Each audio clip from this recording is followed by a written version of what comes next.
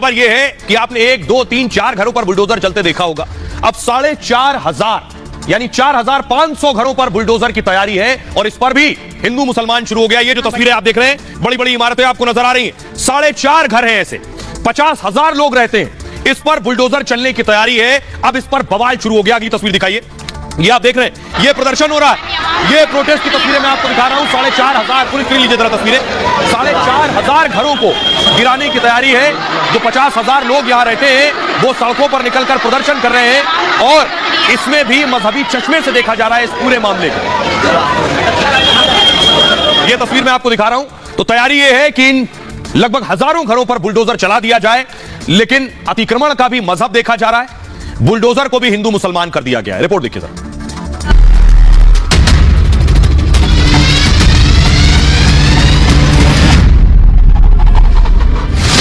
उत्तराखंड के हल्द्वानी में हाहाकार मचा है। बच्चे, बूढ़े, महिलाएं, बुजुर्ग और युवा सब सड़कों पर हैं। हड्डी गला देने वाली सर्दी में जब पूरा देश या तो अलाव सेक रहा है या फिर रजाई और कंबल में घरों में दुबका पड़ा है, तब हल्द्वानी के लोग अपने आशियाने को बचाने के लिए सड़कों पर हैं। और 1.5 लाख मकानों को, कॉलोनियों को लीगल कर दिया गया है और यहाँ को तोड़ा जा रहा है। ऐसा क्यों? जब हमारी है तो हम खाली क्यों करेंगे? हमारे पास कागज है। हमने, देखिए, कोर्ट ने आदेश दे दिया, हम कोर्ट के आदेश का पालन करते हैं, लेकिन एक कोर्ट नहीं है ना, हाई कोर्ट से ऊपर सुप्रीम कोर्ट होता है। हमारे लोग सुप्रीम कोर्ट गए। दरअसल उत्तराखंड सरकार हल्द्वानी की एक बस्ती में 4,500 घरों पर बुलडोजर चलाने की तैयारी में है, जिसमें करीब 50,000 लोग दशकों से रहते हैं, जिनका अपना कोई और ठिकाना नहीं।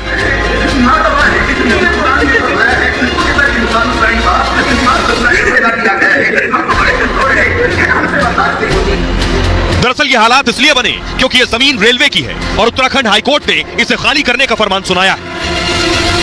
हमारा ये कल ही तय हो गया था, हमने गंडी मार्च निकाला। गंडी मार्च निकालने का हमने लोगों से यही अपील करी है, किसी तरीके की कोई ऐसी वो न करें और हमें उच्चतम न्यायालय पर पूरा भरोसा है। 2 तारीख को हमारी 2 या 3 तारीख में हमारा केस आ चुका, वहाँ से हमें ऊपर से उम्मीद का स्टे जरूर मिलेगा। अभी आपके सामने पूरी बस्ती आ गई है। इस बस्ती का नाम है गफूर बस्ती। ये आप देख रहे हैं पूरी बस्ती और बुलडोजर आपको चलते नजर आ रहे हैं नीचे, और इसी तरह से सैकड़ों बुलडोजर लगाने पड़ेंगे 4,500 घरों को गिराने के लिए। 4,365 घरों पर बुलडोजर चलना है। बस्ती में सभी धर्मों के लोग रहते हैं, इनमें 50,000 से ज्यादा लोग रहते हैं। हल्द्वानी के भनपुरपुरा इलाके में यह बस्ती है। नैनीताल हाईकोर्ट के आदेश के बाद एक्शन होना है। हाईकोर्ट ने इस बस्ती को अवैध घोषित किया है। कोर्ट के मुताबिक रेलवे की जमीन पर यह बस्ती है।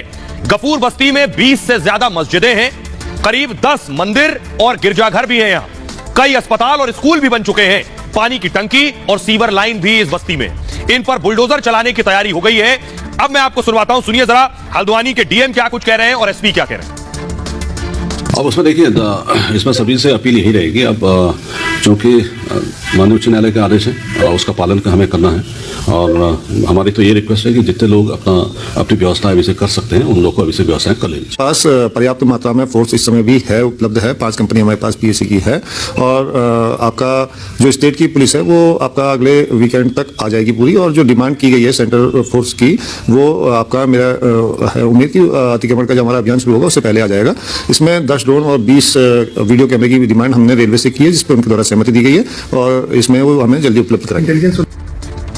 तो बुलडोजर चलाने की तैयारी कर ली गई है। बाकायदा नोटिस चस्पा कर दिया गया है कि 4,500 घर गिराए जाने हैं। आवश्यक सूचना की चिट्ठी लगा दी गई है। देखिए, नॉर्दर्न रेलवे, पूर्वोत्तर रेलवे की चिट्ठी है, आवश्यक सूचना है, साफ साफ लिखा हुआ है। माननीय उच्च न्यायालय उत्तराखंड नैनीताल द्वारा याचिका में रविशंकर जोशी बनाम भारत संघ तथा अन्य सह तारीख लिखी हुई है और इस आदेश के हिसाब से साफ लिखा है, हल्द्वानी रेलवे स्टेशन मध्य रेलवे विभाग की भूमि अनधिकृत कब्जेदारों को सूचित किया जाता है कि रेलवे की भूमि से अनधिकृत कब्जा इस नोटिस के प्रकाशन की तिथि से 1 सप्ताह के भीतर खाली कर दें, यानी 1 हफ्ते के अंदर खाली कर दें घरों को। बुलडोजर चलने वाला है। आइए मैं आपको बताता हूं कि आखिर बुलडोजर क्यों चल रहा है, कोर्ट ने क्या आदेश दिया है, यह पूरा मामला एकाएक कैसे सामने आ गया। ये आप देख रहे हैं घर और कोर्ट का आदेश आपको बताता हूं। हाईकोर्ट के आदेश के बाद यह कार्रवाई हो रही है। हाईकोर्ट ने 27 दिसंबर को आदेश दिया और कोर्ट ने 7 दिन में अवैध कब्जा हटाने को कहा है कि इन बिल्डिंगों को गिरा दीजिए। हाईकोर्ट ने माना है कि सरकारी जमीन पर ये 4,500 घर, ये मकान बने, बस्ती के लोगों ने रेलवे की जमीन पर कब्जा करके बनाया है। करीब 29 हेक्टेयर जमीन पर अवैध कब्जा हुआ है। एकड़ के हिसाब से करीब 78 एकड़ बैठता है अवैध कब्जा। बस्ती रेलवे लाइन से सटी है और 2.2 किलोमीटर में, यानी 2 किलोमीटर से ज्यादा लंबी बस्ती है। हाईकोर्ट के आदेश के बाद यह मामला और ज्यादा गर्मा गया है। हाईकोर्ट के फैसले को सुप्रीम कोर्ट में चुनौती दी है बस्ती वालों ने। सुप्रीम कोर्ट में इस पर अब 5 जनवरी को सुनवाई होनी है। हालांकि इस मामले में सुप्रीम कोर्ट भी सख्त रहा है और जमीन अतिक्रमण को लेकर सवाल उठा चुका है पहले भी। अब आपको बताते हैं इसकी शुरुआत कैसे हुई। 2013 में इसकी शुरुआत हुई। शुरुआत ऐसे हुई कि जब गौला नदी पर एक पुल बना था, वो पुल ध्वस्त हो गया, जिसके खिलाफ कोर्ट में एक PIL डाली गई और जिसमें बस्ती के लोगों पर पुल गिरने का आरोप लगा। कहा गया कि यहां के लोग नदी में खनन करते हैं और खनन के दौरान पिलर्स के पास भी खुदाई की गई और जिसकी वजह से गौला नदी पर बना पुल नीचे गिर गया। जिसके बाद कोर्ट ने रेलवे और सरकार को नोटिस भेजा और तब सरकार ने माना कि अवैध कब्जा हुआ है। जिसके बाद 9 नवंबर 2016 को कोर्ट ने यह बड़ा आदेश दिया। गफूर बस्ती में अवैध अतिक्रमण को फौरन हटाने को कहा। इस आदेश के बाद प्रभावित लोग कोर्ट पहुंच गए, लेकिन अब कोर्ट ने फिर से कब्जा हटाने के आदेश दे दिए हैं। सुनिए जरा, ये जो लोग रहते हैं यहां 50,000 से ज्यादा लोग हैं, वो क्या कह रहे हैं। लोगों के पास दाखिल खारिज के पेपर हैं, लोगों के पास फ्री होल्ड जमीन है, लोगों के पास रजिस्ट्री है, लोगों के पास पट्टे हैं, लेकिन इन सारी चीजों को कोर्ट ने देखा नहीं देखा इसका हमें कोई ज्ञान नहीं है, हमें कोई पता नहीं। लेकिन कोर्ट ने एक तरफा फैसला रेलवे के पक्ष में किया। किस आधार पे किया पता नहीं, क्योंकि यहाँ पर 4 इंटर कॉलेज, 2 मंदिर हैं और 12 मस्जिदें इसके जद में आ रही हैं, सामुदायिक केंद्र है, धर्मशाला है। हमारा डिमांड है कि यहाँ पर जितनी भी बस्ती यहाँ पर बनी है, ये 50 साल 55 साल से रह रहे हैं। आज तक रेलवे ने कोई इसमें वो नहीं किया कि हमारी है कर। जो रेलवे की जरूरत के हिसाब से जो उनकी जगह है, जो उनके नक्शे के हिसाब से है, वो जगह ले लें। उसके लिए तो पब्लिक भी सहयोग के लिए तैयार है, ना कि ऐसा नहीं कि रेलवे बिल्कुल अपनी जगह को छोड़ के, अपनी हदबंदी को छोड़ के साहब हम गोपाल मंदिर भी उजाड़ देंगे, ये भी कर देंगे। तो ये कहाँ का इंसाफ है, कहाँ का कानून है। अब मैं आपको बताता हूं, हर जगह हिंदू मुसलमान होना तय था। यहां मुस्लिम ज्यादा संख्या में है, हिंदू भी है। अब आपको दिखाता हूं, यहां मंदिर भी है और मस्जिद भी है। ये आप देख रहे हैं मंदिर की तस्वीर, मंदिर भी है, ये मस्जिद देख रहे हैं। यहां बताया जा रहा है कि 10 से ज्यादा, लगभग 20 मस्जिद है, 10 से ज्यादा मस्जिद है, मंदिर भी है। लेकिन उसके बावजूद अगर बुलडोजर चलेगा तो मस्जिद पर भी चलेगा और मंदिर पर भी चलेगा, हिंदू के घर पे भी चलेगा, मुसलमान के घर पे भी चलेगा। लेकिन ओवैसी ने इस पे भी हिंदू मुसलमान खोज लिया। ओवैसी क्या लिख रहे हैं, जैन समाज के पूजा स्थलों को निशाना बनाया गया। क्रिसमस से लगातार ईसाइयों पर हमले हो रहे हैं। लद्दाख के बौद्ध व शिया पूर्ण राज्य के लिए सड़क पर है। यूपी में सिख युवकों पर हमला हो रहा है। असम में हजारों मुसलमान बेघर कर दिए गए। अब उत्तराखंड के हल्द्वानी में बेघर होने वाले हैं। उनका कहना है अल्पसंख्यक, अब यहां ओवैसी ने दूसरी लाइन ली है, अल्पसंख्यकों को टारगेट किया जा रहा है। इसलिए क्रिश्चियन, जैन और मुसलमानों की बात कर रहे हैं। काजी निजामुद्दीन कांग्रेस के नेता हैं, वो कह रहे हैं हल्द्वानी के 4,400 घरों को तोड़ा जा रहा है। राज्य सरकार ने तैयारी कर ली है। सरकार को इन परिवारों को की परेशानी सुननी चाहिए। इतने लोगों को बेघर कर देना कहां का न्याय है। राज्य सरकार और रेल मंत्रालय इस पर गंभीरता से सोचे। तो सियासतदानों को मौका मिल गया सियासत करने का। हमारी सहयोगी मधुरिमा उन 50,000 लोगों के बीच उस हल्द्वानी में बस्ती पर पहुंची। ग्राउंड जीरो से उनकी रिपोर्ट देखिए। हम उस एरिया से रिपोर्ट कर रहे हैं जहां पर एक लीगल केस चल रहा है रेलवे और उन लोगों के बीच में जो यहाँ रहते हैं। मैं मनीष को कहूंगी कि वो दिखाएं कि किस तरीके से ये जो सारा एरिया आप देख सकते हैं कि यहाँ बड़े बड़े घर हैं, दुकानें हैं, स्कूल है, मकान है। एक तरीके से पूरा यहाँ पे एक रेजिडेंशियल एरिया बसाया गया है। और अब केस ये है कि रेलवे कह रहा है कि ये उनकी जमीन है और जहाँ की यहाँ के लोगों के कहने की बात है, वो ये कह रहे हैं कि वो दसियों सालों से यहाँ पर रह रहे हैं। 50 साल, कुछ बिल्डिंग 100 साल भी पुरानी है। उनका ये कहना है कि वो यहाँ पर रह रहे हैं और ये जमीन उनकी है। बल्कि अगर हम हाई कोर्ट के ऑर्डर की मानी जाए तो हाई कोर्ट ने रेलवे के फेवर में ऑर्डर दिया है।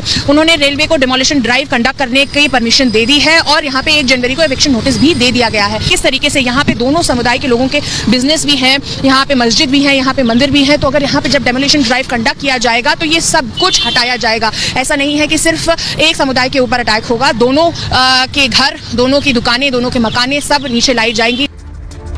अब स्थानीय लोग जो हैं वो प्रदर्शन कर रहे हैं। तस्वीरें मैं दिखा रहा हूं, ये देख रहे हैं। खास तौर पे आप देखिए महिलाओं को आगे कर दिया, बच्चों को आगे कर दिया है जानबूझकर। सियासतदानों का कहना है कि ये जो साजिश और ये कोशिश है, ये शाहीन बाग बनाने की कोशिश है, इसलिए महिलाओं और बच्चों को आगे कर दिया है कैंडल मार्च में। क्या हल्द्वानी दूसरा शाहीन बाग बनने वाला है? उसकी तैयारी है, बाकायदा ये साजिश की जा रही है। इसके पीछे क्या वजह है ये आपको बताता हूं। देखिए जरा, ये तस्वीर 2 मैं आपको दिखा रहा हूं। एक तस्वीर मैं आपको शाहीन बाग की दिखा रहा हूं, दूसरी हल्द्वानी की दिखा रहा हूं। शाहीन बाग में भी इसी तरह सीए प्रोटेस्ट के दौरान महिलाओं और बच्चों को आगे कर दिया गया।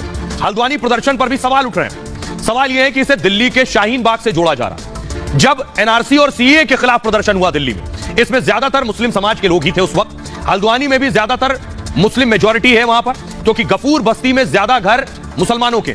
शाहीन बाग में बच्चे और बुजुर्गों को आगे किया गया था, हल्द्वानी में भी बच्चे और बुजुर्गों को आगे कर दिया गया है। लड़कियों को पढ़ाई से महरूम करने के भी आरोप लगाए जा रहे हैं और महिलाओं के बेघर होने की भी दुहाई दी जा रही है।